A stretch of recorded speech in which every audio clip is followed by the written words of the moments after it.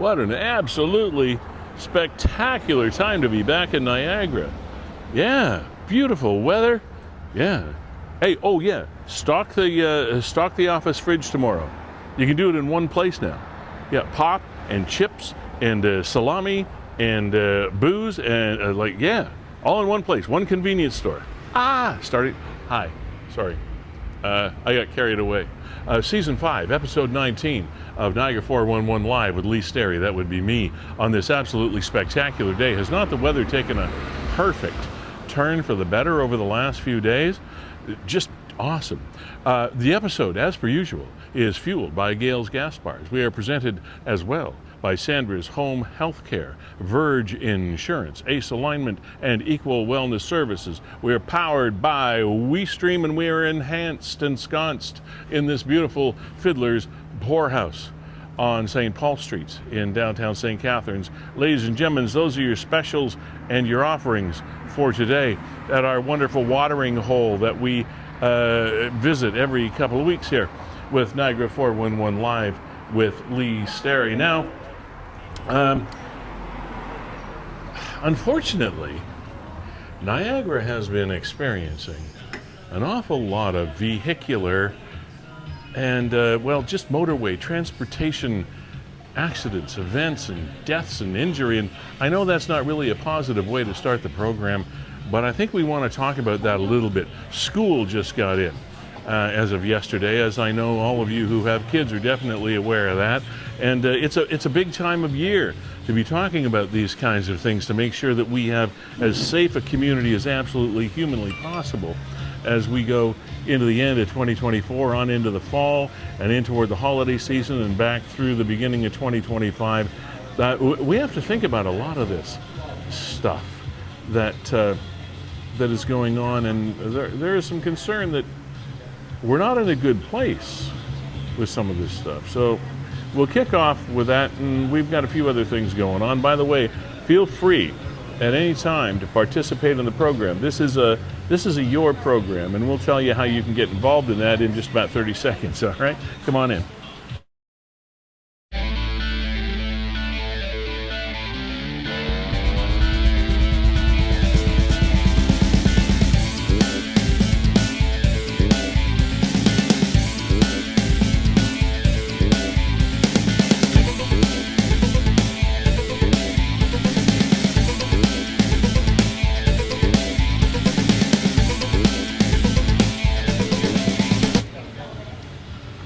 All right.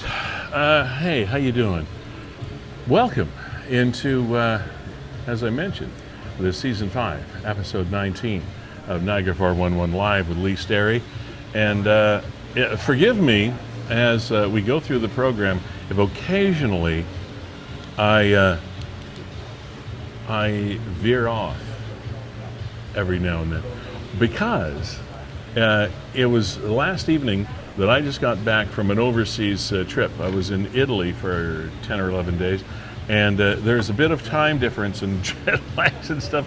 I think I'm feeling pretty good, but you will be the judge of that as the program goes on, not me, because it's a little bit surreal when you get off an airplane and your body is telling you that it's 1:15 in the morning, and the clock is telling you where you are, that it's like 4 o'clock or 5 o'clock in the afternoon. So I think we're doing okay, but forgive me if every now and then I sort of zone out a little bit. Kevin Jack, ladies and gentlemen, of WeeStream, Canada's premier streaming service, joining us as per usual. Where were you? Well, I mean, here's Italy here. You obviously didn't do the whole country. Actually, we damn near did. If you go up to the north, see Milan, if you go straight over to your right on the screen is Venice. Okay. You know what? I would not have been able to pinpoint Venice on a map. That's where we started, on the Adriatic Sea. Oh, wow. And then we went down to Bologna. We call it Bologna, or Bologna if you have the sandwich. It's called Bologna there. And then we went down south toward the west coast, down, a little down. Then, oh, no, not quite that far. But then we went over to Florence. Go to your right, go to your right, go to your right. Right, okay. No, there it is. There's Florence right there. There's Florence right there. It popped up. It popped up for a minute. There we go. Yep, there's Oh, Florence. Florence is central. Yeah. Like it's inland. I wouldn't have guessed Yeah. that. Yeah, Florence is the leather capital of the world. I bought a belt actually there that I'm struggling with, but I like it. Anyway, then we went down to Rome. Made it down to Rome. Made it down to Rome, and see the Isola di Capri. We went over to the island of Capri. Oh gosh, where's that? It showed up there a minute ago. See where it says Amalfi? It's between Rome and Amalfi, off in the water there. Oh, okay. It's just It just popped up for a second, and then went away. all right. Well, anyway, you were all over this place. Oh, Yeah, there's and the then- Amalfi and Coast there. Amalfi, that's the Amalfi Coast. And then we went to Sorrento.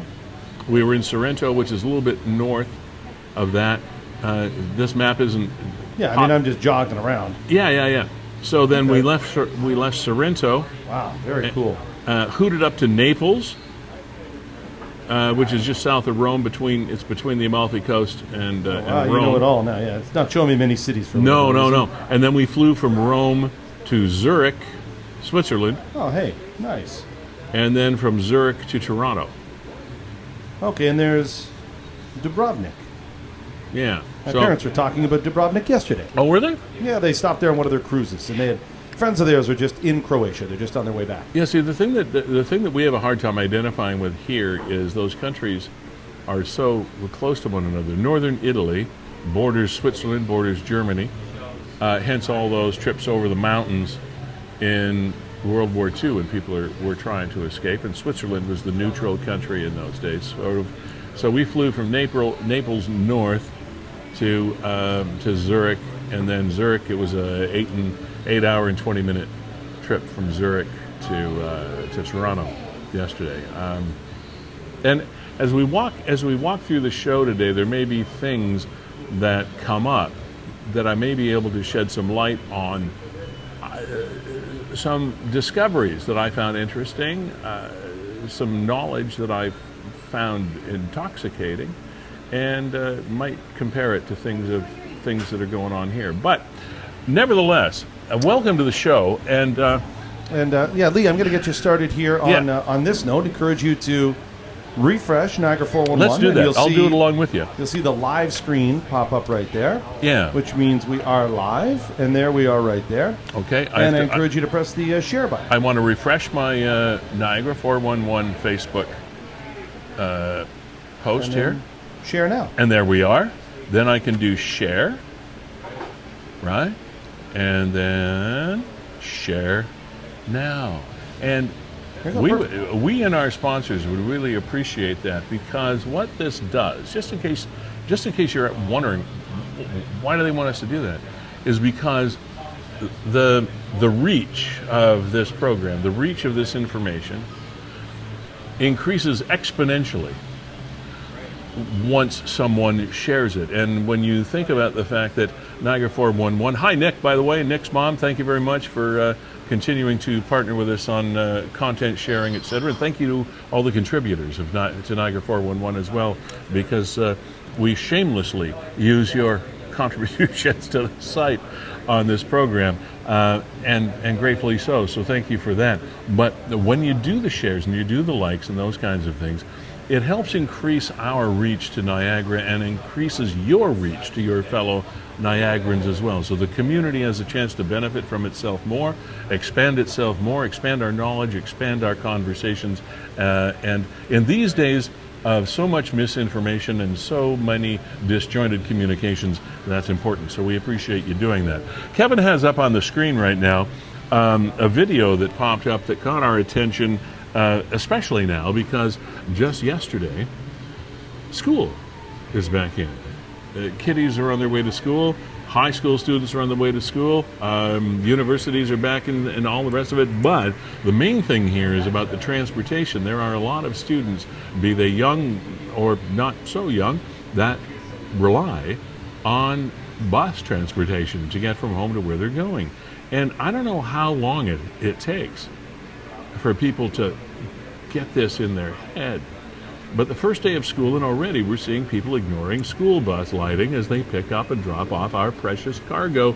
And nothing could be more precious than our children, our students, the leaders of tomorrow. The area this video was taken is Drummond Road, in front of Niagara Place Apartments, just down from Stanford. Now, finally, somebody figures out that it's time to stop, and congratulations, kudos, hats off, etc. to the dude in the red truck, because when this bus pulls up and the lights go on, these cars are just flying by. Now, see, there's one, there's two, there's three,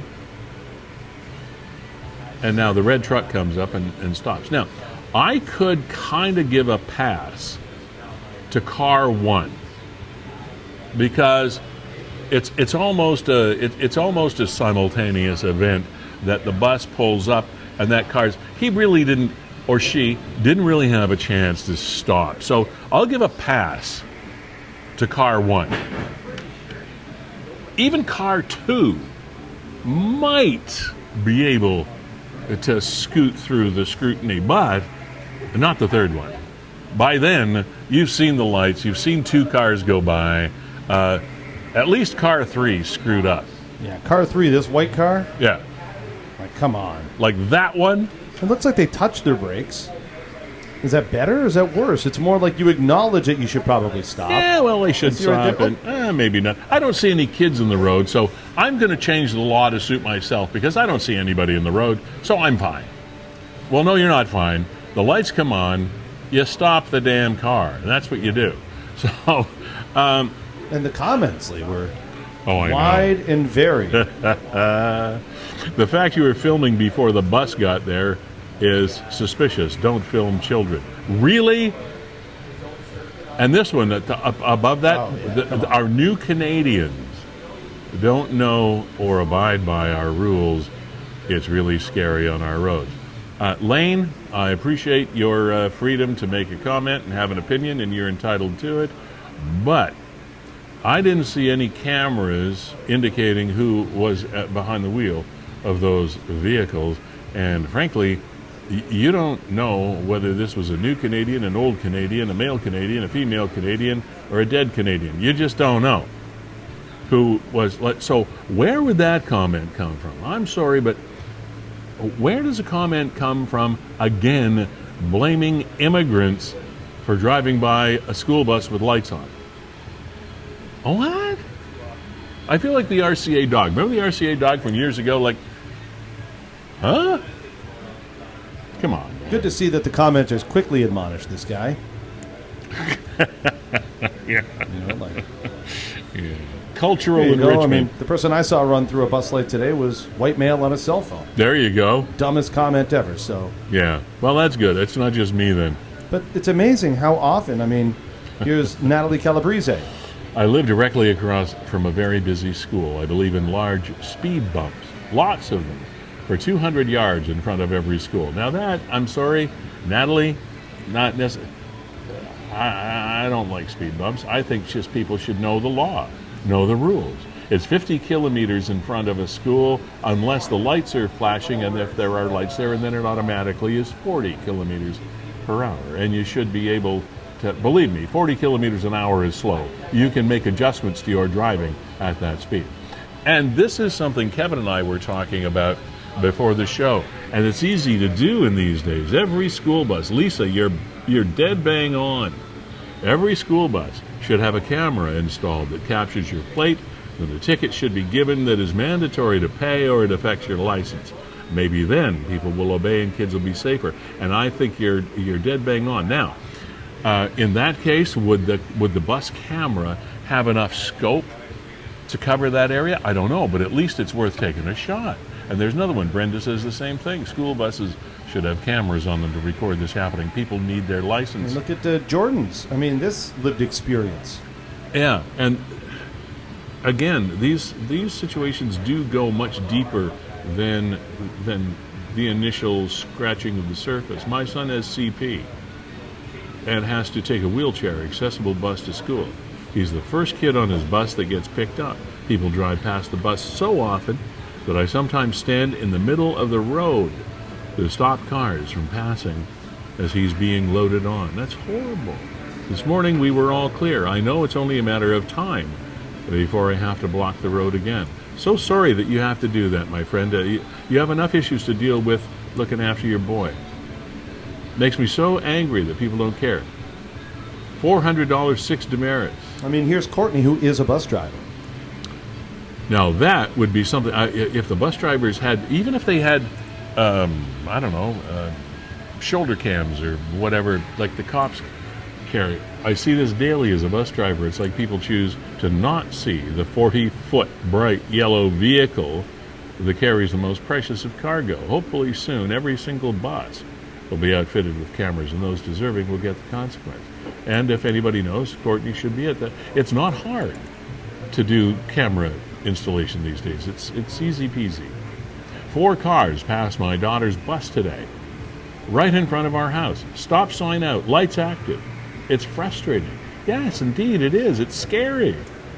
Lindley Hooker, Seabrook. I've had people tell me they were confused, thought they only needed to stop once the stop sign comes out. Oh, come on. Well, I don't know. I think that is true. I don't think you're supposed to, because they put on those flashing... The lights, and then the sign comes out. Now they installed flashing yellow lights that warn you that I'm about to stop. And then when the stop sign goes out, it turns to flashing red lights. Okay.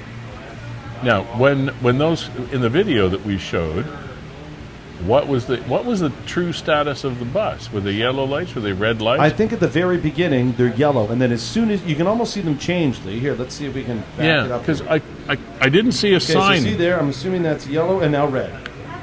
Okay, and I don't think we can see clearly enough as to when that's the sign comes out. Red. You see, they change the location of the bulbs actually change. Yeah, but we can't. That's a little blurry, but we can't really see. Yellow, yellow, yellow, red. Now, where's the sign, though? There, the sign's out now. There it is. Yeah. So that third car, absolutely, no excuse for that third car. First car, second car, maybe you get a pass. Not the third car, and kudos to the red truck. Happens on my road daily when my kiddos and the other kiddos on our road get on the bus. 80% of the time, people don't stop. Is that? I wonder if is it really 80%? I hope not. I hope you're exaggerating. I mean, I'm not calling you out for exaggerating because I don't know. Maybe you're right, but if you are right and it's 80% of the time, that's not good. Considering it's only been about 30 years or so that we've had buses with lights on them trying to get kids across the road. Yeah, I think the yellow lights were new this year. Maybe other jurisdictions had them, but in Niagara, and it's nice. It's signaling, hey, we are about to stop. Okay. But don't you think... No, I won't ask it that way. I won't say, don't you think. My impression is the more complicated you make a process, the bigger margin for error you instill in the process. If you add another level of lights, it's like, do I go or do I not? Do I go or do I stay? You know the song. So, but anyway, it's like, keep it simple. If a light is on, stop for a school bus. I don't think we need yellow. I don't think we need bronze and or chartreuse or whatever to warn that I'm going to warn you in a minute to warn me that I'm going to stop, because then I'll have warned me that, like, stop. Just stop. Put a light on and stop. Very simple. More complex the problem, the more problems you have. Yeah, I think you're right. I mean, the moment you see a school bus is your warning that it could stop at any time. Yes. I don't need you to warn me that a school bus is going to stop. That's what school buses do. And in front of a school, man, I went through some rigorous driver training, not just the regular driver stuff. I've been driving since I was 16.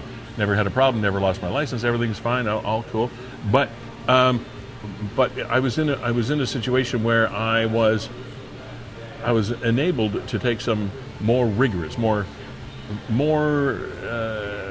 focused driver training, and man, one of the things that these people pay a lot of attention to, two of the things actually, school zones and cyclists.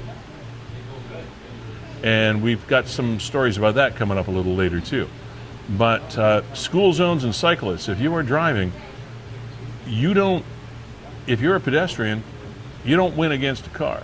If you are a cyclist, you don't win against a car. Even if it's so the car needs to pay attention. And cyclists, the way we have bike lanes and stuff today, is you've got to look. If you're going to turn right at a street and there's a bike lane to your right, you've got to look. You don't get a license today at an enhanced level if you don't make a concerted effort to look over your shoulder and make sure there is not a cycle coming up on your right-hand side if you're going to turn right. Yeah, Lee, I know we're going to talk more about this, especially following the tragedy on McLeod Road there a couple of nights ago. I'm going to take this moment before we get to this post from Nick, just to remind people that right down there in the comments or in this post, you'll see a Zoom link.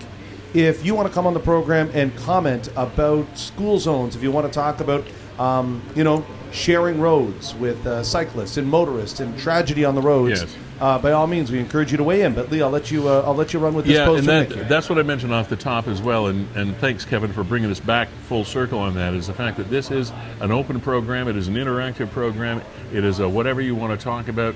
Come on in, click on the link, go into the Zoom room. Kevin will get you ready. We'll have a conversation either about what we're talking about or something you want to bring out specifically that is on your mind.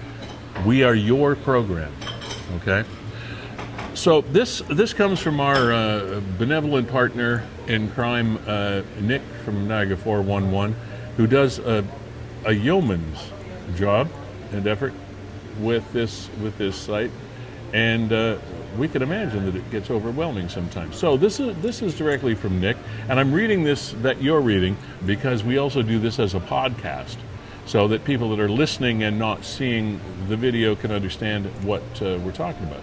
So it says, "Hi folks, I'm so sorry to have to do this, but I'm just running out of steam and slots for these items. Effective immediately, Niagara 411, not this program, but Niagara 411 Facebook site, will no longer post stolen, missing, or lost and found items of any sort, including pets, which we see quite often.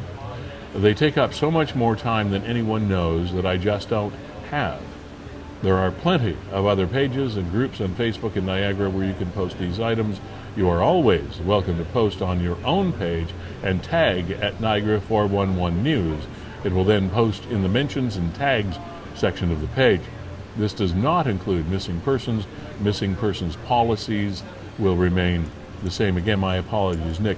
Not really any apologies necessary, Nick. I mean, policies and procedures change with sites, but there are also areas to go in which to do that, i.e. the community page and the mentions page of Niagara 411. So just so that you realize that there are still avenues for you to follow.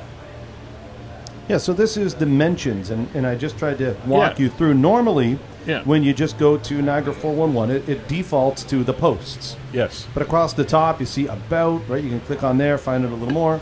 Photos, you can see photos, videos, reels, events, and then there's mentions. Yeah, the Facebook page is much deeper than just the initial posts page. So if you want something to appear on Niagara 411, you can do as Debbie did here and just tag Niagara_411. There you go. And it will appear in the mentions, and we encourage you to go check out the mentions. Absolutely. We do. I mean, here was Sid, as much as Debbie is saying, hey, still looking to get it back. The good news is Sydney's bike was returned. That's awesome. And you see a lot of stuff in here. And that happens. Firefighters and paramedics at the Allenberg Bridge. Yeah. Not sure what's going on there. That was 5 hours ago. This is a tree that came down. And these don't always show up on the main page, the main posting page of Niagara 411. They go on to other sections. So to go to Kevin's point, when you do click on that Niagara 411 page, click on those various links across the top. And one of the other links I want to mention, Kevin, that is across the top of Niagara 411 is the videos link.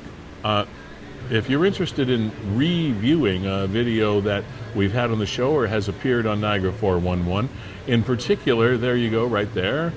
In particular, we put up In Case You Missed It posts every single week. Kevin takes the time and makes the effort to compartmentalize and segment the different conversations that we have on the program, and then he puts these up in shorter versions so that you don't have to necessarily watch a 90-minute program. You can if you wish, because that's there as well. But if you want to review what shows, what information, what conversations that we had on the show, you can click on each individual video. There's the top one we did as the Well and Jack Fisher going into their playoff season again. We talked with Walter Senzik about the World Rowing Championships that wrapped up while I was away, by the way. I'm not 100% sure of all the results. Jasmine Jazz the Vicious, Jazz the Vicious, I love to call her. It was great. The Sunflower Festival. Cows Come Home, which is a new CBC show that's coming out, produced by two ladies and written by one of those gals. We're going to do a follow-up on that because it debuts later in the year, first of next year. So all of these things are available on Niagara 411. So don't just scroll that one segment of it. Go across the other tabs and have a look, because there's some interesting stuff on there. And our programs never expire. We're kind of like cockroaches during the Armageddon. You can't kill us. You can try. Now, Lee, I'm using this as a segue because you see that we interviewed Lucas Body about the knockout heard round the world. Yeah. The guy broke the internet. Yeah. Well, here I am with Lucas on Saturday. Where did you do that? So Pray tell. Lucas was down at Icon Autographs down in Niagara Falls. Icon Autographs is Chris Dabrowski, James Ponce. Yeah. You know the guys behind Comic-Con? Absolutely. Well, they have a storefront. It's called Icon Autographs, and it's right across the road from the new casino. Yeah. And it's buried kind of in the kids' zone. You got to walk down this hallway and around the corner, what have you. And they had a bit of I think it was their second anniversary. So they had Lucas Body there. So I got to go meet him for the first time. He and I have spoken on the phone and traded texts for about 4 years now. Oh, that is But we've never great. actually met face to face. So got to go down with the fam and see him. Also there was... With the fam. You're so cool. Devon White. Devon White? Devon White was there. I have his autograph from when he was playing center field for the Blue Jays, and I took my kids up into the press box to watch a game, and he was a wonderful man. And he was on Saturday. Devo, he had a lot of time for me. Probably more time than I could sit around talking Jays. You know, I thought, you feel kind of bad, like I'm boring you. You don't really want to talk to me. But he was not that way at all. He's like, no, I got time to talk Jays. And he still works in some capacity for the Jays. But the big draw, the big draw, Lee, was... Who am I again? Lee. Who's that? Do you recognize him? I know I should. That, sir, is none other than Hockey Hall of Famer Scotty Bowman. Of course. So Scotty Bowman... I think it was the hat. So Scotty Bowman was down. The hat. Believe it or not, look how good he looks. He's 90 years old. He looks awesome. Yeah, he's 90. Now that you say Scotty Bowman, I can see it. If he took the hat off, I'd know. So Scotty was down signing autographs. And there's my son in the background, sneaking in there. There's Alex. Hi, Alex. So here's me and Scotty. And the story goes that back in 2002, when the Red Wings won the Stanley Cup, I was working in Chatham. And it was on my birthday, the Stanley Cup parade. Yeah. So I went over the border, went down to Detroit, and saw the Stanley Cup parade. And there I had one of the very first digital cameras, and I was snapping some photos. And I happened to snap one that was just incredible of Scotty Bowman with the Stanley Cup. Do you have it? I had it printed and always said to myself, if I ever get a chance to meet Scotty Bowman, I want to show him this photo. Did you show him the photo? Absolutely. So there you go. There's Scotty signing it. Wow, good for you. And there you go. That's the photo.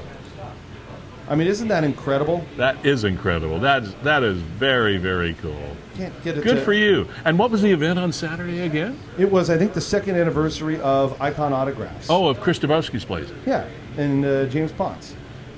God, it won't let me zoom in on this one. Well, you don't have to. I'm going to allow it to do all that. We can tell. There you go. That's that's amazing. Kevin, Scotty Bowman. Yeah, and I got one signed for my dad as well. And just as an aside, both my parents grew up in the suburb of Montreal, Verdun and Ville-Salle. And Scotty Bowman grew up in Crawford Park, and all of them attended Verdun High School. So we reminisced a little bit about Kevin, that's great. Verdun Good High, for you. And I got one signed for my dad as well. I gave one to my dad back in the day when I had them printed, and I had two more of them signed, one to Kevin, one to Ken. that's a moment you don't forget. And I'll never forget taking my kids up into the press area as well, because we were a Blue Jays affiliate, the stations I was running, and they treated us like gold. And Devon White was one of the guys that came up, and it was pre-game even that he came up before he went down to play, and he was in full uniform and tall, slim, clean shaven at the time, a drink of water. And this was a guy that part of my baseball career, I played some center field, and I know it's what it takes to play. And he was just like he was on wheels. He just floated across that field, and it's so cool to see him still doing this stuff. That is wonderful. It was and really cool. and as much we're going to talk to our sponsors in a minute. And as much as that traumatic break-in and theft and robbery at Chris Dabrowski's previous location, I think they've come back bigger and better and stronger than ever. So congratulations to them for that as well.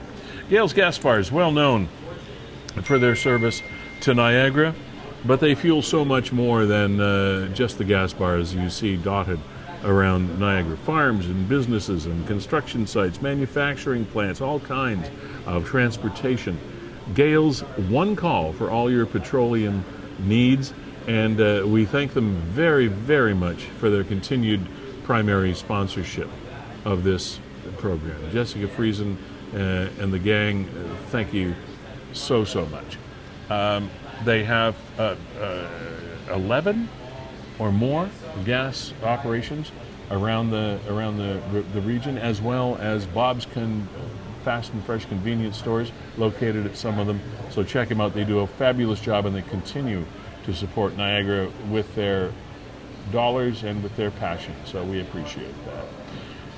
Also, we cannot forget Sandra's Home Health Care Services, one of a kind in its field here in Niagara. We all know the term PSW, personal service workers, etc.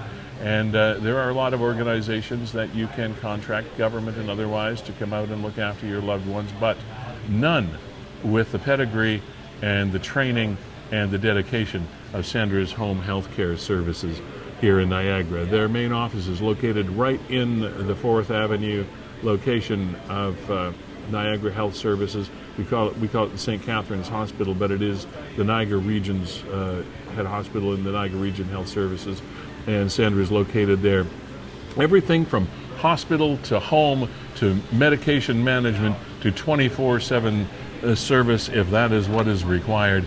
They match their service workers to their clients so that there is a good pairing, there's a camaraderie there, and all of the needs are met. It's like having one of your family members look after one of your family members. And also, this is a big deal.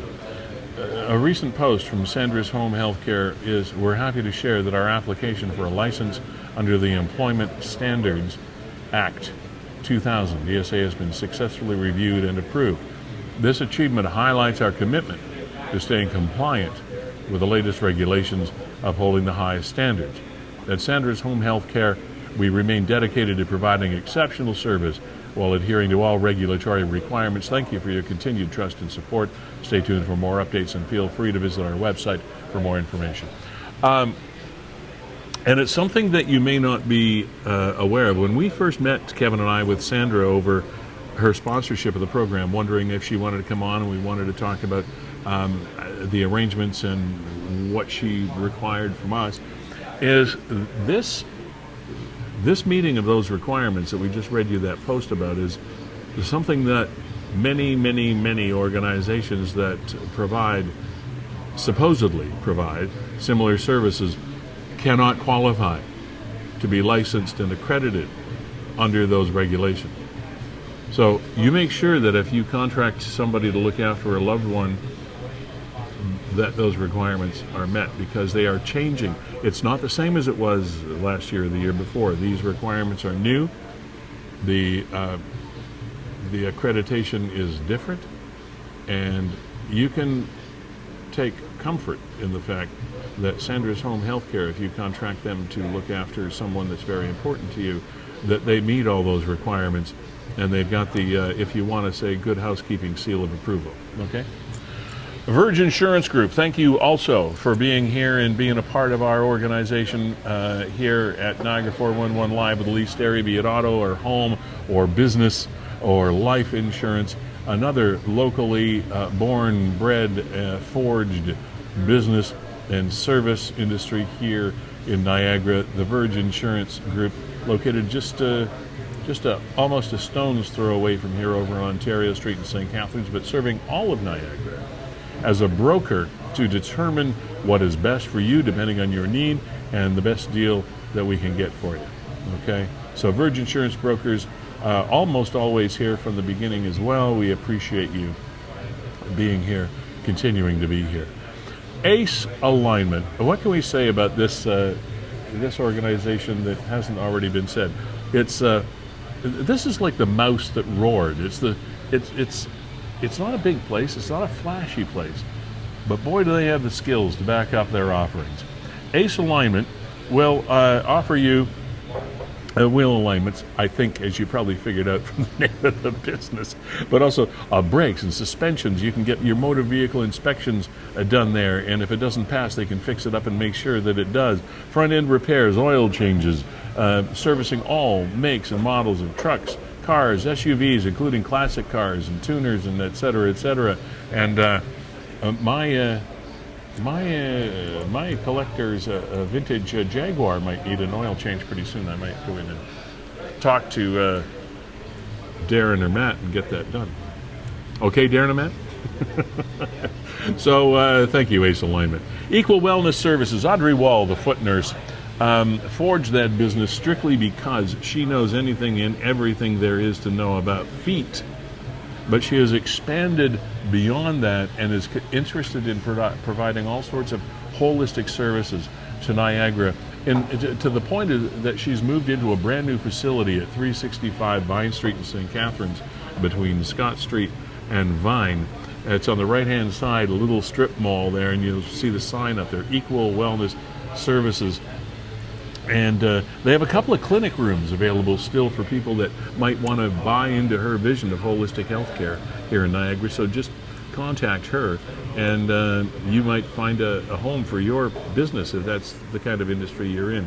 But the amazing depth of treatment for feet is so important. I mean, diabetics realize this. We have such a prevalence of diabetes in our society today, be it necessary or not necessary. We're in that world right now. But they can deal with movement and sensation issues, numbness, tingling, pain, peeling, raw skin, whatever it is, nail issues. You've probably seen a lot of commercials and or information on the internet and otherwise, even in traditional media, about toenails and how important toenail health is and the indications that it can be to your overall health. There's a lot going on there, and that's a place that Audrey will start with you at Equal Wellness Services and go on from there. So Audrey, thanks again for keeping the dream alive and staying here with us. And there, ladies and gentlemen, is Fiddler's Poorhouse in all its glory. Hello, everybody. That beautiful puppy that was up there. How cute. Yeah, look at that. Yeah, Pause TV. And of course, they got all the sports going on over there as well. Yeah, and at the beginning of the program, Kevin showed you their specials. Right now we got, what is... 75-cent wings today. Yeah, Wednesdays are 75-cent wings, $10 poutine. Bon chance. Can't beat that. 75-cent wings? Bon chance. And they are delicious. There you go. I thought you went to Italy, not France. Yeah, but I mean, it's poutine, Kevin. They don't have that in Italy. As a matter of fact, one of the things I was mentioning this earlier, just as a total aside, when you think about the world, we go through our lives with preconceived notions about a lot of things. For example, those of us that grew up here in North America, and I say North America because this refers to the United States as well as it does in Canada. We tend to think of North America as leading edge, cutting edge, leading the world in our developments and our lifestyles and our technology and all that stuff. Well, that's not necessarily true.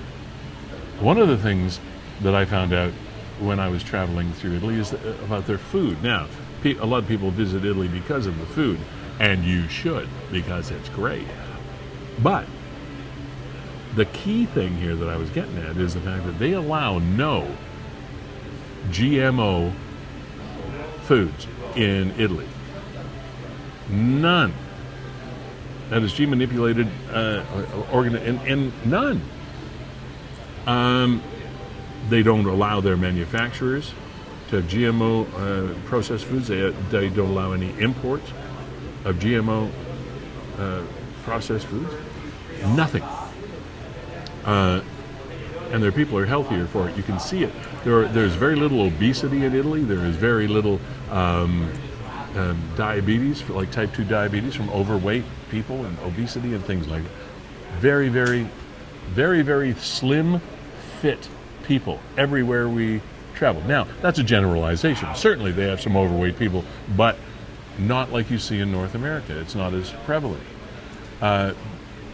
It's really quite amazing. And one of the things, Kevin, I thought was cool, and then we'll move on, but I'm just saying we can learn from other countries. Not everything, sure, some of the things that we do a lot better, but not all things. Some of the things we could learn from other cultures, from other countries. It is law in Italy, everywhere in Italy, the entire country, not just one city, the entire country, that the plastic bottles, be it a pop bottle, be it a water bottle, anything that comes in a plastic bottle with a screw top, those screw tops don't come off. You unscrew them and you lift it off, but it's attached very firmly to the little plastic ring that goes around the neck of the bottle. It doesn't matter whether it's Perrier or whatever it is, everything. Screw top comes off, so there are no loose tops falling into the sea. There are no loose pieces of plastic rolling around the streets. Yeah, this is simple stuff. It's very simple stuff, but I've never seen it anywhere until I thought, how cool is that? That's amazing. And that's legislature. I mean, that's a simple thing. It is very simple. Why do we do that? I don't know. The federal government in Italy just said, you're not allowed to have detachable caps in your bottles anymore. So fix it. So all the manufacturers over there and distributors, they fixed it. So what's taking us so long? I don't know. I also don't know. Nothing. That's bizarre. Well, because sometimes we're afraid of the government telling us what to do.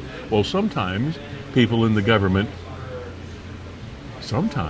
believe it or not, sometimes they get it right. I know you don't believe that, but sometimes they do. Anyway, moving on. Speaking of government and rules and regulations, welcome to Ontario, where tomorrow, ladies and gentlemen, you are going to be able to access alcoholic beverages in the convenience of your local convenience stores. Now, not all convenience stores. I'm not sure in Niagara which ones will not be, for sure. However, over 4,100 and change convenience stores across Ontario are now licensed to sell alcohol under new, more liberalized regulations set to take effect next week. Welcome, Ontario, to the 19th century. Everybody else has been doing this around the world forever. Sorry, LCBO, you're way behind the times. Italy, you can't turn around without finding a glass of wine or limoncello or something somewhere at just about everywhere. It doesn't matter what they're selling. And well, you know the other country, Quebec, you can buy, and I said country on purpose, tongue in cheek. During the 2018 election, Ford promised to allow the sale of alcohol in convenience stores. In December of last year, he announced that by 2026, all convenience and grocery stores would be permitted to sell beer, wine, cider, ready-to-drink cocktails. Well, that kicks in tomorrow. Now, it doesn't mean that everyone will, but it means apparently that they can. In May, he revealed plans, $225 million subsidy for that, settlement with the beer store as well. Because the beer store is not like the LCBO. We tend to think that the beer store is also some sort of government arm, but it's not. It's a private enterprise. The five major breweries, 5 major beer manufacturers own the beer store. So this is a private enterprise you're dealing with here. It's not a public one. So the 10-year agreement with the company that the province had is done. It's gone. The AGCO recently issued a suspension notice to a Toronto convenience store that was allegedly selling alcohol before regulatory changes take effect tomorrow. I don't know why they would, but I don't know why they would do that before. But Lee, in the little convenience store gas station right next to my house, they have a sign in the window saying alcohol sales or beer sales coming soon. Mm-hmm. So I wonder if tomorrow I'll be able to just walk next door and grab some beer. You may. And I'll say to your wife, Leslie, right now, keep an eye on Kevin. But, and again, one of the things that I am not sure of, I'm not clear on, is the fact that if you operate a convenience store or a grocery store, you are not compelled to sell alcohol. You do not have to sell alcohol in your location. But it's my understanding that you can if you want to.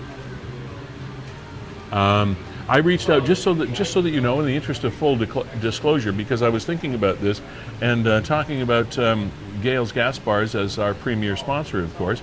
They also operate a number of convenience stores that are located at some of their gas bar locations. Bob's Fast and Fresh Convenience. And I sent a message to CEO Jessica Friesen today saying, oh, by the way, with this coming into effect tomorrow, are your locations going to be involved with this? And she said, at this time, we will not be participating in alcohol sales at our locations. Their decision, as far as I know. It's not that they're prohibited from it.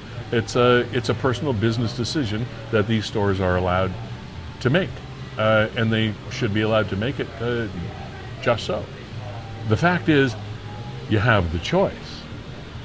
That is what we call freedom. You have the freedom of choice. And that's kind of the cornerstone of democracy at work, isn't it? Isn't it? Really? Anyway, that happens tomorrow. Kevin, we were talking earlier, I made reference to bicycles because it kind of tied into another conversation. But the roads in Niagara, it's been terrible. Are really becoming a concern and a topic of intense conversation online and otherwise, and Niagara 411 is no exception, and this is an example. Detectives are investigating a fatal collision on McLeod Road in Niagara Falls, and this is so sad and, well, confusing, to tell you the truth. They responded to a report, they meaning the police, responded to a report of a serious collision on Niagara Falls involving a car and a bicycle. Officers attended the scene. It was McLeod Road, east of Drummond, busy area. Now, it was 1 a.m. So I know it's a busy street. Yeah, but okay, it's maybe it wasn't busy then. It is let's put it, it's a prime area. Yeah, McLeod's becoming a bit of a nightmare. Of Niagara Falls. So VMS paramedics and Niagara Falls Fire Service personnel showed up. The initial investigation determined that a bicycle and a black Acura had collided on the roadway. The bicycle, now here's where it does get a little odd. The bicycle was being operated by a 30-year-old guy, and there was a 36-year-old female passenger. But the female passenger was seated in a wagon being towed by the bicycle. Not making any judgments at this stage. Paramedics and fire service personnel attended to the driver of the bicycle and his passenger. The female passenger was found to be in critical condition. She was transported to a local hospital and unfortunately died in hospital due to her injuries. The male suffered serious injuries and was also transported to a local hospital. We have not been updated on his condition. The driver of the Acura was not injured, as one might imagine when car meets bicycle, car wins. And again, it's an investigation. Obviously, trying to figure out if anyone was at fault or whether it was just bad karma and it was an accident. Now, one would obviously question, and again, we can't make any judgments or assumptions. A lot of commenters will make judgments and assumptions, as we see on social media all of the time. Opinions and comments and positions are no stranger to social media. However, we don't do that here. We just let you make the call. But it would have to make you wonder why someone is being towed in a wagon by a bicycle at on a major thoroughfare at 1 o'clock in the morning. This is a question. Mary Bianco used to live on Alex Avenue. It was always a challenge trying to turn onto McLeod Road. No one goes 50 kilometers an hour. But again, it's 1 o'clock in the morning. It's on a bicycle with a wagon. Yeah, I mean, I saw you, and the driver did not run off. It wasn't a hit and run. The driver stayed on the scene. Yeah, I think everybody who read the story initially kind of raised their eyebrow, wondering the same thing, going, you're being towed behind a bicycle in a wagon at 1 a.m. Yeah. And while that might seem strange, I don't think that means you should die. No. Right? I mean, and I just want to nobody should die for making a bad decision. Yeah, we sit there and go, okay, that might not be the best decision at 1 in the morning, but that doesn't mean anybody thinks that you should die for that. Absolutely not. And this woman, it's been identified in the comments, is a mother of 4. Right. And oh boy, my heart is just breaking for those children and that family that has now had their mom's life cut short. Will have to go into adulthood without their mother around. It's just it's heartbreaking. I don't have another word for it. It totally is. And again, irrespective. Sorry, I've got a little fruit fly here. Irrespective of all of the questions, and I'm sure this is an investigation that the police are kind of scratching their heads as well, but they know, I'm sure, more than we do at the moment. But of course, the question does remain: was this a good decision to make? But we don't know the circumstances under which this decision was made. Maybe it was absolutely critical that this woman get from point A to point B. Maybe it was super important, and that was the only way they could do it. I don't know. Yes, it seems very odd. Yes, it seems people would ask where were the children, the 4 children of the 36-year-old mom that is in the wagon at 1 o'clock in the morning behind a bicycle. We don't know, and we're not judging. It's just these are questions that's why there's an investigation. These are questions that people ask. I don't think you're wrong for asking. No, if there were no questions, we would have to not investigate to find out the answers, because we're not the only ones that have the question. No. We can ask the questions without it being judgmental, but it's, What about Jennifer's question here? Because this sparked my memory, and you and I necessarily don't see eye to eye on this. Yeah, and Kevin and I were doing a little bit of point-counterpoint before the show on this one. Jennifer says, I would not want any one of my loved ones to be driving Niagara roadways either on a bicycle or a motorcycle. I really think that bicycles should be allowed on sidewalks. Too many horrible accidents going on these days. I believe we may be overpopulated for our current infrastructure. And Jennifer, I do not agree that our infrastructure does not support the density of our population. I totally agree with you. The more we become populated here in Niagara, the slower it is our infrastructure can catch up. Drive through Toronto is just an example at any time of the day. I remember days when you could drive across the top of Toronto across the 401 at 2 o'clock in the afternoon, and there might be you and another couple of cars, and that'd be it. Now it's constant, steady, the whole way. And it's not just Toronto. The corridor from Burlington through to Niagara and back, constantly busy, no matter what time of day or night it is. You're totally on point, I believe, in the fact that the infrastructure can't keep up with the demand. Totally get it. Now, the whole sidewalk bicycle thing is where Kevin and I kind of took different paths. Sidewalks are for what they are. They're for people walking their dogs, or for people walking. It's so families can be safe when they go out with their kids. You don't want bicycles flying up and down sidewalks, unless I don't mind children. I don't mind little kids riding their bikes on sidewalks. Doesn't bother me a bit. But if you open that up, in my humble opinion, as they say, if you open that up to experienced adult cyclists, I think you're asking for another kind of trouble. Yeah, you know what? I don't get it. It pains me to see unnecessary deaths like this. There was one just at the bottom of where my kids go to school. Yeah. Over at the base of Burley Hill earlier in the summer. Yeah. And how often are the sidewalks jammed? I mean, they're not. They're just sitting there. So I don't want people speeding on sidewalks, but what if you kind of had a bit of a speed limit? Like, okay, you can leisurely ride your bike as an adult on the sidewalk and get off the road. Okay, but here's the thing. How often are you really going to come into... And if there's a pedestrian there, you could share the sidewalk. If there's a number of people, you step onto the grass for a moment, let the bicycle pass, yes, and come back onto the sidewalk. And I've done that. But I have a two-pronged... Now, you cycle all the time. I do. I cycle just about every morning. I ride, 10, 12 miles, not kilometers, 10, 12 miles, something like that every day. I want to do more, but, Anyway, and here's the thing. Normally I cycle on some main thoroughfares. Lakeshore Road, Linwell Road, Geneva Street, Canal Road, and along the canal. Bunting Road. I ride some busy spots. I'm pretty cognizant of what the traffic is doing, and I know that if I am in an altercation with a car, I lose. I get that. I'm not one of the cyclists that you see that sort of, well, this is my right. I can drive here, and so it's up to you to watch for me. No, it's not. It's up to the cyclist, because you're the one that's going to get hurt. It's up to you to watch where you're going. But the other point is, if it's necessary, if I think I'm not safe, if I need a reason to go around something or do something different, I go on the sidewalk.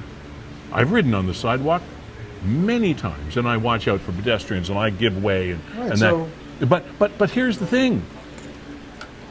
You're talking about making it legal. Why do we need someone to legislate it? You just do what's right. I've never seen a cop give a cyclist a ticket for being on the sidewalk. But because it's illegal, there's a stigma, and people don't do it. They say, "Hey, bikes, get off the sidewalk." And the reality is, we have all of these paths that we call sidewalks, and we have thousands of kilometers of them, and for the most part, they're sitting there empty and unused. Meanwhile, we're putting ourselves in a dangerous situation. I don't disagree where we're trying to share a road, car and cycle, side by side. What I'm saying is, I don't need legislation to tell me it's okay to go on the sidewalk. If you feel like if you feel unsafe and you want to go on the sidewalk, and you're a recreational cyclist, I'm not talking about Ultraman cyclists. I'm not talking about these guys that are flying down the road that should be on sidewalks. I'm not talking about them. If you're a leisurely cyclist like me, a recreational person that's just out to get some exercise or get some fresh air, go on the sidewalk. Nobody's going to fine you. I know, but why do we need a law for it? Do you think this guy, if it was normalized to drive on the sidewalk, don't you think sidewalk and wagon would have been on the sidewalk at 1 in the morning? Is there a sidewalk at that point? Oh, there's sidewalks all along McLeod. All along McLeod Road is a long road. I don't want to say all along. I don't think over. Yeah, I mean, there's sidewalks everywhere there. Where the old Canadian Tire is, all the way down that stretch. Cyclists will tell you, scooter riders, are either disabled or are elderly people that are on the four-wheel drive scooters. They're allowed on the sidewalk. They don't ride on the sidewalk, a lot of them. Why? Sidewalks are bumpy. Sidewalks are in sections. And I've talked to some of the people. Why don't you ride your scooter on the sidewalk? You're allowed to. Oh, because it's too bumpy. The roads are smoother. It's bumpy. Okay, so now, where does the argument go? You're allowed to ride on the sidewalk, but you don't. Look at all those sidewalks on McLeod Road. Because it's too bumpy. Yeah, there's sidewalks the whole length. So, Kevin, if something at 1 o'clock in the morning, if this guy is riding a bicycle and he's towing a wagon with a woman in it, do you think anybody would bother him if he was on the sidewalk? Do you think if they changed the rule, it would have changed the accident? I don't think so. No, maybe not. I don't think it's a thing. We don't need a law for everything. We just need common sense. know, but Why don't we have the common sense revolution? Remember that sidewalk. phrase? Remember that sidewalk phrase? goes all the way. It just seems like I just don't think we need. We could do better. I think Jennifer's got a point. I think I know what you're saying. You don't need to legislate it, but I think you do. We can't blame the law because something happens. I think it'd be nice. What if you put a line down the middle of the road on the sidewalks and said, "Hey, listen, this side is for cycling." when a cyclist comes, you go to this side. The cyclist has this side of the sidewalk. When there's no cyclist around, pedestrians use the whole sidewalk. When there's no pedestrians around, cyclists use the whole sidewalk. But my point being, even if they made it legal, there are many cyclists that wouldn't want to use the sidewalk. So they'd use the road anyway.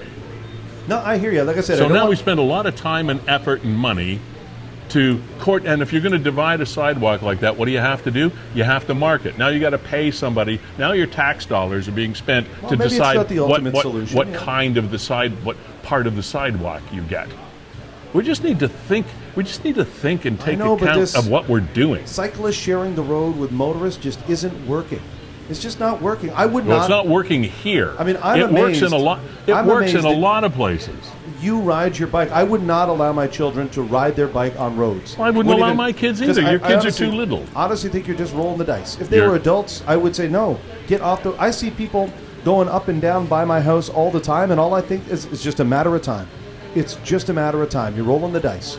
You are going to get hit. That's what I think. And I wouldn't have said that 20 years ago. But attitudes have changed. Motorists think the roads are there for them, not for other types of transportation, which is not true, but that's the sentiment. And we can try and beat it into them, but it's a complex. It's a simple question, but a complex answer. And yes, sharing the road. There are signs all over British Columbia, as a matter of fact, especially in the Okanagan where I live.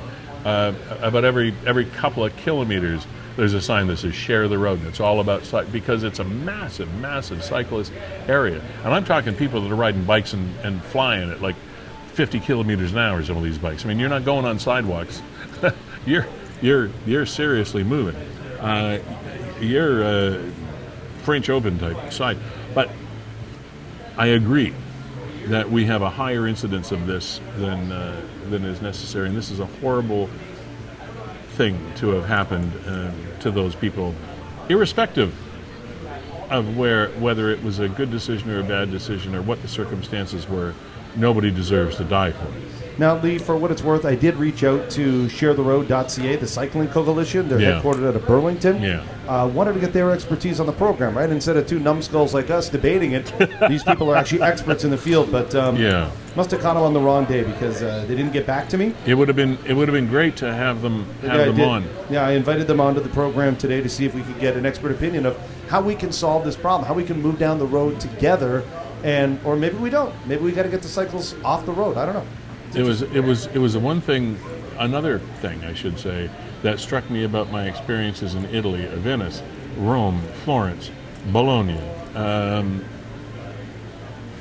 Sorrento. There are many, many, many people. There are narrow roads and streets. Vehicles inch around one another, and they also fly by one another. There are thousands and thousands of electric bikes and motorcycles and scooters. I'm not talking about the four-wheel medical scooters. I'm talking about the Vespa-type scooters that Italy is famous for. Millions of them in the country. Their incidence of accidents, a mere fraction of ours. Now, one of the reasons, just from my observation, and again, just my opinion, is the fact that because the roads are so narrow, because in the cities in particular, they're slow. You can't go that fast. Yes, motorcycles and scooters dot in and out, and you think they're nuts. But there's a very strict protocol for people getting licenses in Italy, much stricter than here. And much more expensive to get a driver's license, especially if you're driving a bus or something. Commercially, it costs them something like 8,000 euros. I'm not exaggerating, 8,000 euros. It's an investment in your career. If you're going to be a bus driver or a truck operator, 8,000 euros. So we're talking about maybe $12,000 Canadian, somewhere in that, about another third. Yeah, somewhere between $10,000 and $12,000 Canadian to get a license to operate a commercial vehicle anywhere in Italy. So they've got their driving down. These people, by the time, and oh, by the way, Kevin, I didn't say this to you before.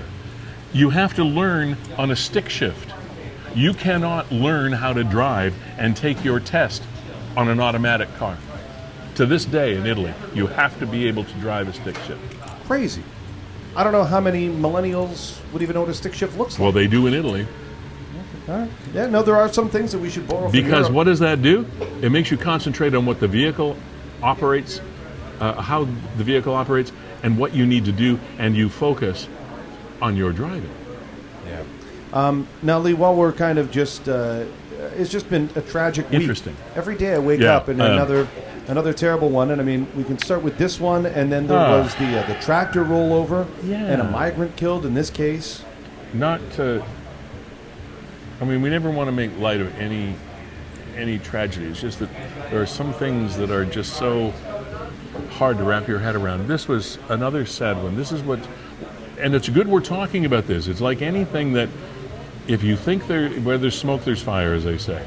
And it seems that we have an issue on our roads in Niagara. It seems we really do. Uniform officers from the Niagara Regional Police Service, along with Niagara EMS, paramedics, and Lincoln Fire Services, attended the scene. This was not good on Mountain Road at Spring Creek Road. The initial investigation determined that a GMC pickup truck, and a 1974 MG had collided. Now, if you know anything about MGs in particular, but especially a classic one like a 74, they're small.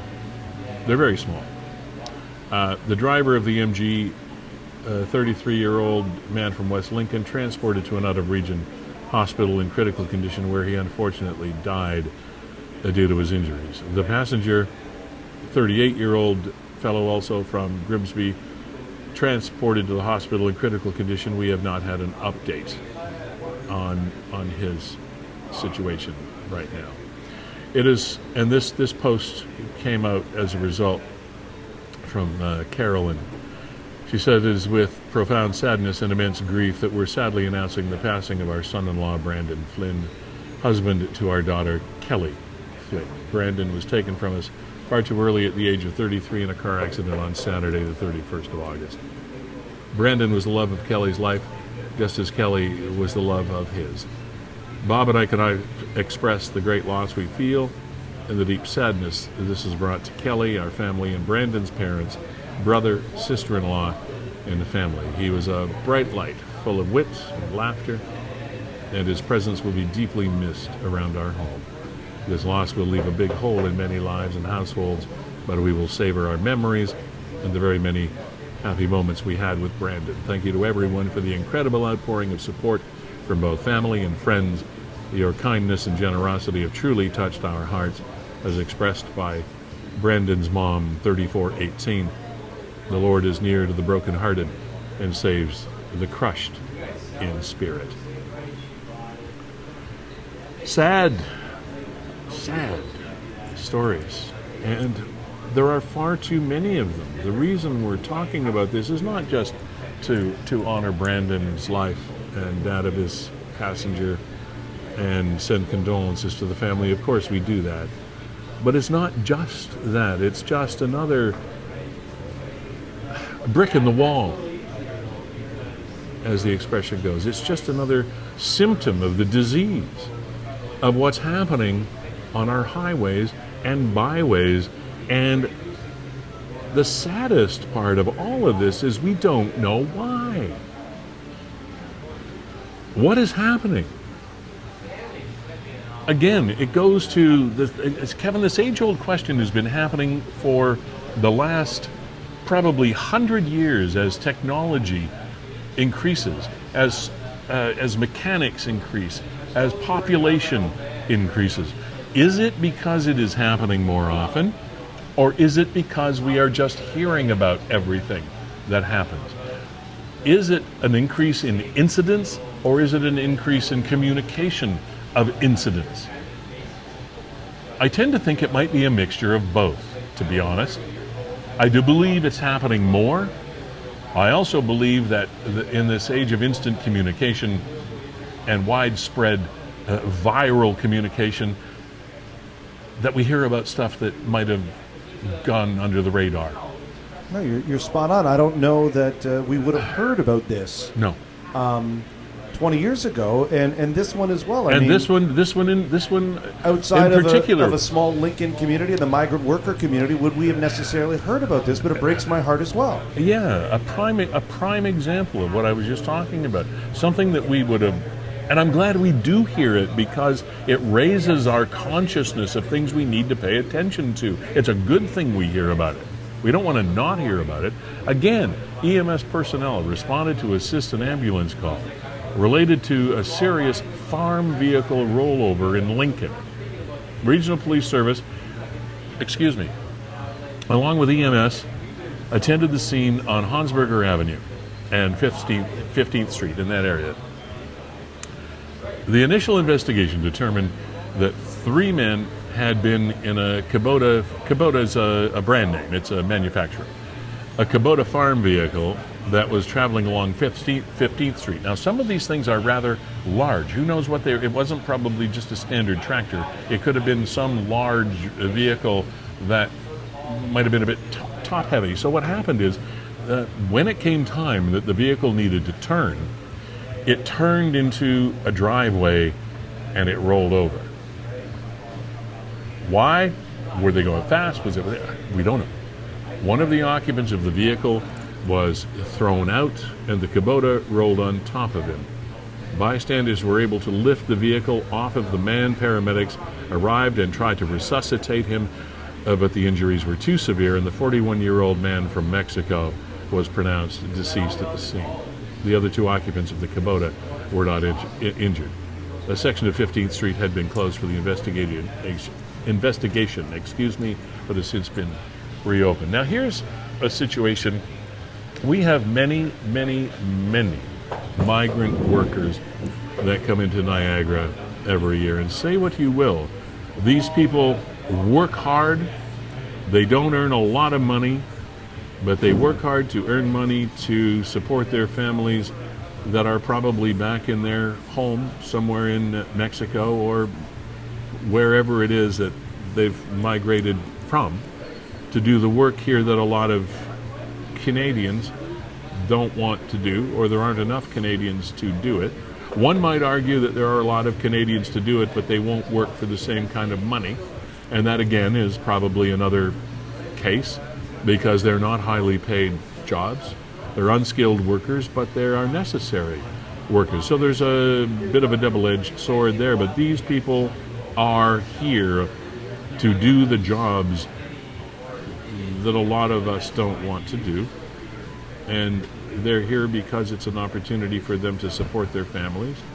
They live in very humble means, but they work. They're not here to take advantage of your tax dollars. They're here to earn a living and to support their families. And it's just so sad that someone had to inform this man's family somewhere in Mexico that because he came up here to do a job and was doing his job, he died. That's very sad. And will be complicated by the fact that now his family not only has lost a beloved member of their group, they've lost financing as well. What now?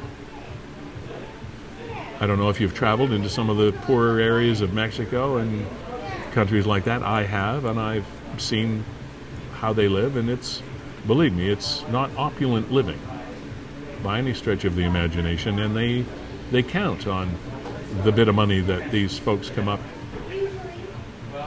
and are able to send them.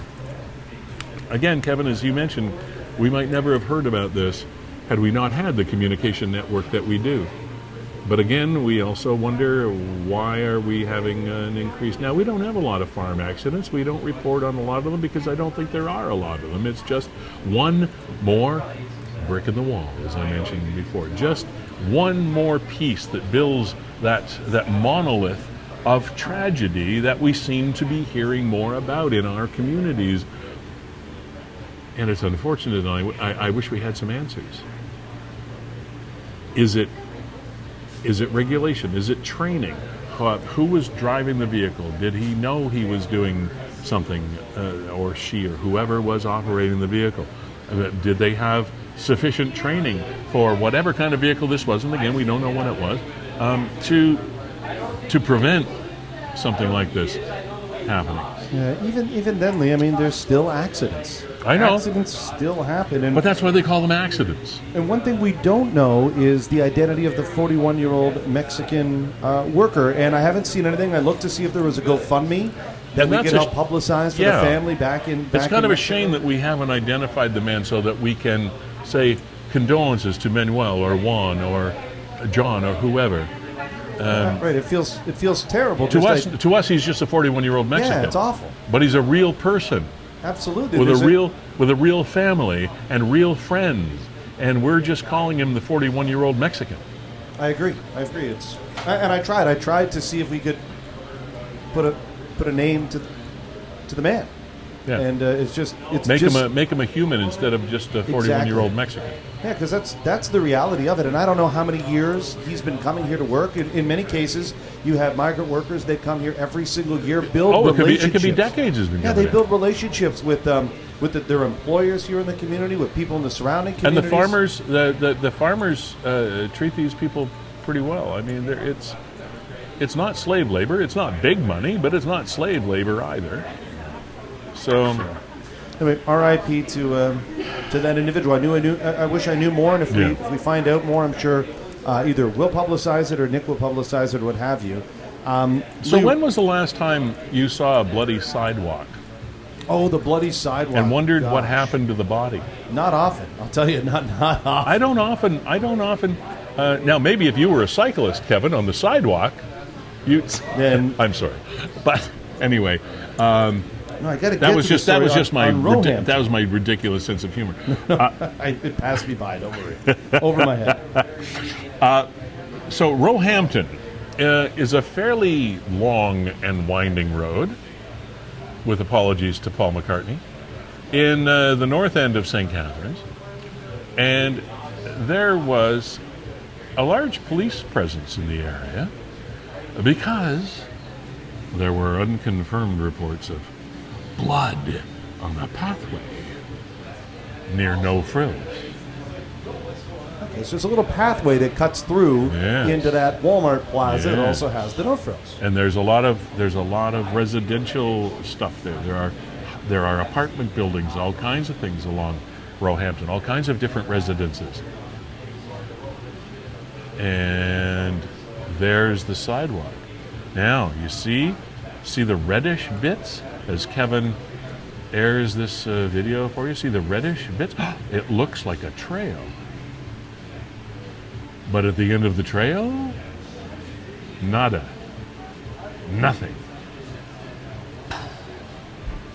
Almost like something bleeding was whisked away by aliens. But it's probably a lot less dramatic than that. A lot of people believe that it was some sort of illicit dumping of fake blood that came from a Spirit Halloween location. It seems to be the conclusion, Lee, that everybody's drawing. Have not got official word from the NRP. Yeah. Well, now, what we don't know, again, as Kevin said, we haven't had official word. What we don't know is whether they've actually taken a sample and tried to test this as to whether it's actually some sort of real human fluid, an animal fluid, or whether it is indeed just fake blood from a Spirit Halloween location that crops up this time of year along this stretch of road in St. Catharines and other places in Niagara. Some commenters, Lee, suggested that when they first saw the blood, there was so much of it that they knew it had to be fake. It had to be fake. Either there's a dead body next to this pile of blood, or this is a prank. If you have, Now, this video was obviously taken after some cleanup had taken place, because it doesn't match that description of there's so much blood. Correct. Yeah. This matches just smatterings. This would actually make me think that something happened. Yeah, because it's like somebody had a nosebleed, or something, and was walking along the sidewalk.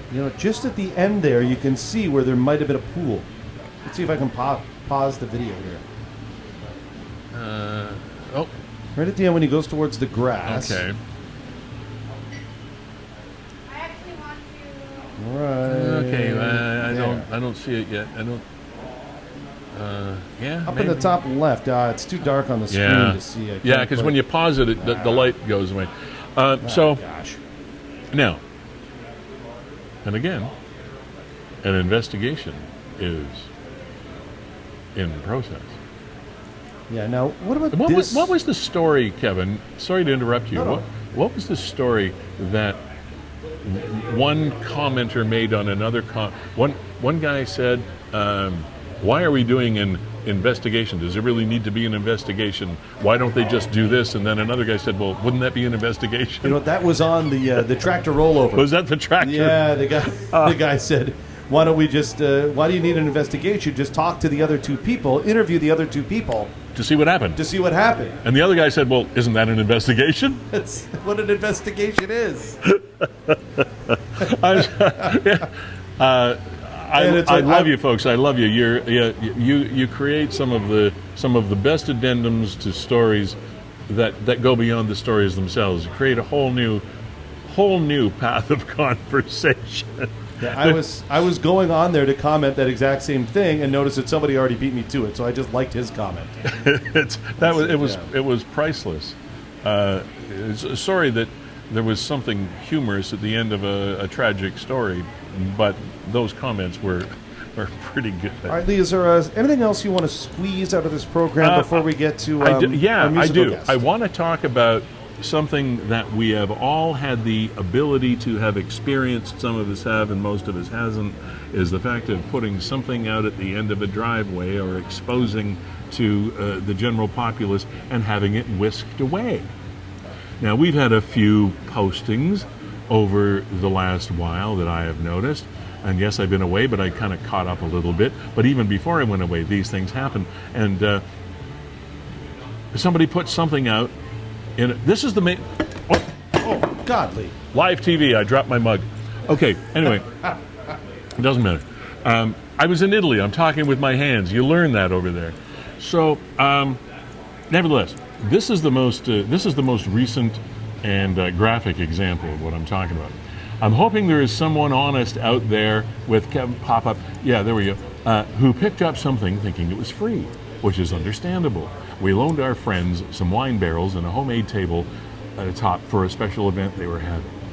They asked their son to put them on the driveway so my hubby could pick them up, and by mistake he put them at the end of the driveway, and we all know what that means in Niagara on the Lake. It means you put something at the end of your driveway, it's there for disposal. And which also means that if it's there for disposal, it's open season. It's free for all. Feel free, take it with you if it's out there. And wouldn't we all kind of think that way? In our society now, the way this sort of thing goes, one would think that if you don't want something taken, don't leave it at the end of your driveway. Is that generally the rule, Kevin? Or am I just sort of thinking that we should think better of what we pick up off the side of the street? I think it goes both ways. It's kind of an unwritten rule, but we've done stories in the past. Remember there was a family in Feulled where the elderly man's walker was at the curb? Yeah. And he left it there because he got a ride, and when he returned, he was going to need the walker to get back to the home. Right. And somebody went and scooped it. There was the lady in St. Catharines that left a tent by the end of the road, like one of those 10 by 10 We've pop-ups. talked about all these stories. And that got taken. It happens all the time. And it's crazy. And here's one with the wine barrels and the tabletop here, and Now, might I suggest that people that are cruising around, because they come through our neighborhood all of the time, and it always happens on waste pickup day, in other words, your garbage day, there are people that drive around all the time in their vans and pickup trucks, and they look at what's posted or positioned on the side of the road because they might be, whether they're iron pickups or metal sellers or whoever they are, or pack rats or whatever, who knows what they want this stuff for. A lot of them resell it or repackage it or use it for artwork, I don't know. But they cruise around our neighborhood every garbage day. Let's put it that. And every neighborhood on every garbage day. But a lot of people I know are thinking when they put stuff out, they put a sign on it that says free. They advertise the fact that this is yours if you want it. Pick it up if you want it. But those of us that should know better or realize that unless you want something taken, don't put it out on the road at the end of your driveway. Just don't do Now, that. look at Paula's story, though. I mean, Okay, Paul, this is good. Paula says, same thing happened to me. I was, sorry to laugh, Paula, but God bless you. You know this. There's a humorous side to it. I was cutting the grass when I ran out of gas just before the boulevard. So I left my lawnmower right where it died and ran to the back of the house for the extra gas can. Yep. oh gosh, sorry about that. I just No, took that's it away okay. from you. That's okay. I'll get it back up here in a second because that's a funny one. It's a great story, and I don't want to mess it up. I left the lawnmower right where it died and ran to the back of the house for the extra gas can. Yep. Someone in a gray truck picked it up and off they drove. Oh, well, my mistake, I guess. Yes, I guess it was.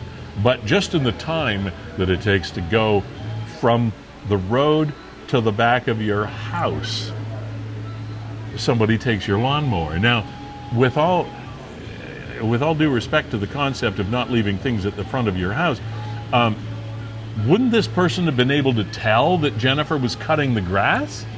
Would the grass not have appeared not completely mowed? If you're driving by and you're looking for stuff to take, and you see a lawnmower, and you see some grass cut and some grass not cut, wouldn't that be a clue that perhaps the lawnmower is still in service? I mean, wouldn't that be a giveaway? Maybe the person had to go into the house and pee. We don't know why they left the lawnmower in the middle of a job unfinished, but if the job is unfinished, I think maybe you should leave the implement there long enough for them to at least finish the job. All right, Kevin, who we got coming up at 1:30? Or now, I should say. Our musical guest today on the program is going to hit with a little bit of a somber tone. Okay. And it's on the heels of a story we didn't really touch on today, but deserves to be in the focus here of Niagara, because this is a bizarre one, and it's a tragic one, and it goes down to detectives investigating a Port Colborne death, and this occurred while you were away in Italy, and right down at Forks Road and 140, right where that little water ski, that private water ski club is. On the east side of the 140, there was a body found. And this man was an artist and entertainer. He was in the urban music world. His name was really, really creative. Here he is, right here. Ill Table Manners. Ill Table Manners. And that's just an awesome name. I mean, Daniel Sanvito, 38 years old. Yeah. And apparently beloved and talented within the hip-hop community here in St. Catharines and Niagara. A producer, an artist, a talent. DJ hip-hop producer from St. Catharines, Canada. I watch a lot of his videos. He seems to always be the producer, kind of the guy behind the scenes, never the rapper, never the vocalist. I mean, gosh, I'm forgetting the name of the competitions, but the DJ competitions across Canada when they learned that Ill Table Manners had died, and not only died, but is the victim of homicide. Homicide, yeah. And that's the strange thing, is the NRP came out very quickly and declared that this is a homicide. So it must have been very obvious by the condition or the state in which the body was found. That's what I guess. It was obviously a no-brainer that it was foul play. Within the hip-hop community, there was an outpouring of love and sadness over the passing of Ill Table Manners. In scouring Facebook, it appears as though he himself was a father, 38 years old. So I mean, just heart absolutely breaks, gone far too soon, and I don't think we're paying enough attention to this story. I mean, this is a homicide with a body dumped. I tend to agree with you, Kevin, in the fact that we have talked about the fact that we hear about these things either because there are more of them or because the media and social media and the viral communications community just relates more of the information. But this is one that we seem to have glossed over. This seems to be something that has sort of stayed under the radar, but I guess not entirely, because we know about it and we're talking about it now. And this wasn't an accident. This wasn't this man died by design. Yeah, by somebody's design. Body transported and dumped. Transported and dumped. That's another level of crime. It is another whole different level. And we're all too familiar over the years, not saying, again, we don't know, but the rap community, the urban music community, has had its violent struggles and conflicts over the years. Nationally, internationally, globally, we don't know what is going on. I hope we do find out what is going on. I hope we do find out after the investigation what happened, because it was a tragic loss for our community and his family, and our condolences go out to both. Sorry, Lee, did not mean to interrupt there. That's all right.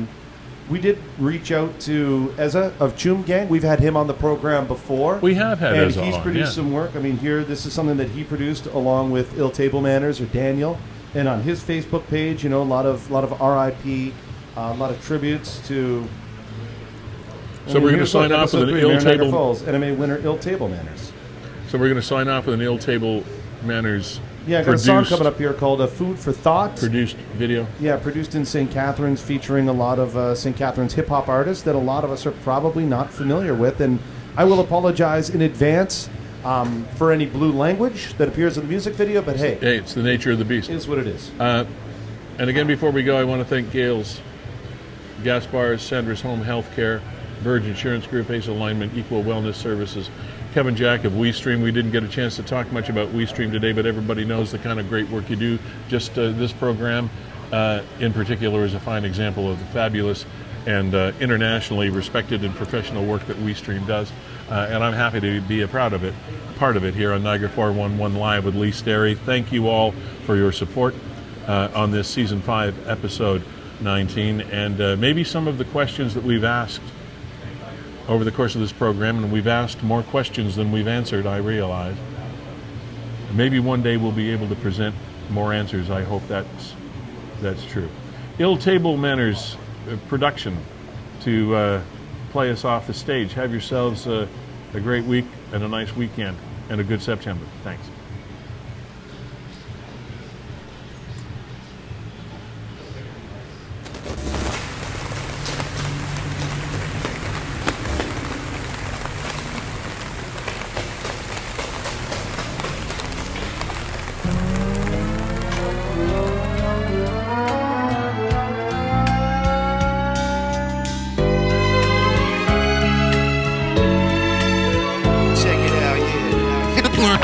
Learn quick, kid. That's what you felt when you listen to yourself. Check, 1, 2. Luke right. Humble have. It's for my dogs, stuck in the struggle, trying to gain. Lost for who to blame. I'm doing what I can to get my message out. The balance of me, my life shifts to amend the count. You feel the hits when your strength is down. Yeah, when it rains, it pours. Whether the storm gets you drenched to drown. Those who question less get messed around with. It's best to lay rest to surround it. Quest over boundaries. Blessed for the few friends that have found me. Extending, allowing, remembering proudly where I'm at. Thinking nothing could ever be more tragic. It's whether you stand up and act from it. Getting back up from the tackle in sad situations. The breakups and madness and life pass away, man. Embrace change, always challenge those inadequate. A chance to fight back, I'd rather get. Don't second guess yourself and fall short. It's a lesson that you learn when the ball's in your court. So keep it going till your time runs out. Blow past the rest, surpass the task you're stressed about. Test yourself, invest a less amount of your soul. For those who laugh without one. And when the whistle blows, you best run. Time to let go, get some. My dogs stuck in the the levels on the amps. Hold your lover in your hands. You can either make them smile or be something they can't stand.